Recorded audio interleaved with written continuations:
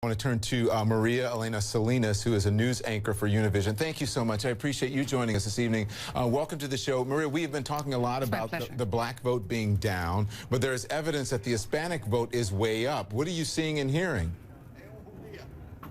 Definitely, the Hispanic vote is up across the country, but particularly in Florida, which is one of the states that is most important to this election.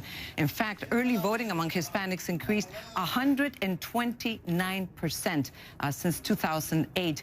And as we know, one of the most important areas is the I-4 corridor in Central Florida. And there has been an increase of 46%, 170,000 more voter registration among Hispanics since 2012. So there definitely is an increase in people interested in voting, people that are registering to vote, and people that are casting their vote early. And Maria, you know, Donald Trump never let up on the Hispanic and Latino communities. He came on my show and said, you know, who's doing the raping, Don? Somebody's doing the raping. And talk about the wall, the attacks on Judge Curiel, the bad hombres tweeting insults to Miss Universe, Alicia Machado.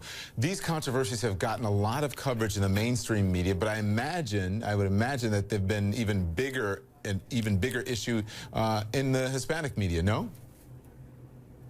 They definitely have been, and we have been covering it ever since the beginning, since that very first day in 2015 when he launched this campaign accusing immigrants, particularly Mexican immigrants, of being rapists, of being criminals, of being drug dealers, and building the wall. And, you know, one of the things I think that affected a lot of people and realized that Donald Trump's issue was not only with undocumented immigrants, is when he attacked Judge Curiel.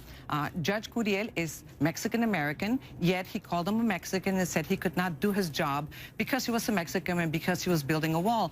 And I think that gave people the perception that your problem is with Mexicans and with Latinos in general, not specifically with undocumented immigrants. So yes, we've been covering it quite a bit, and our viewers are very interested. They're very engaged. We see that in our viewership that has increased. We had incredible numbers in the debates.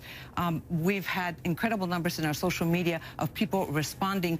And according to the Pew Hispanic Center, there's a 63% increase in interest among Latinos from 2012 in politics.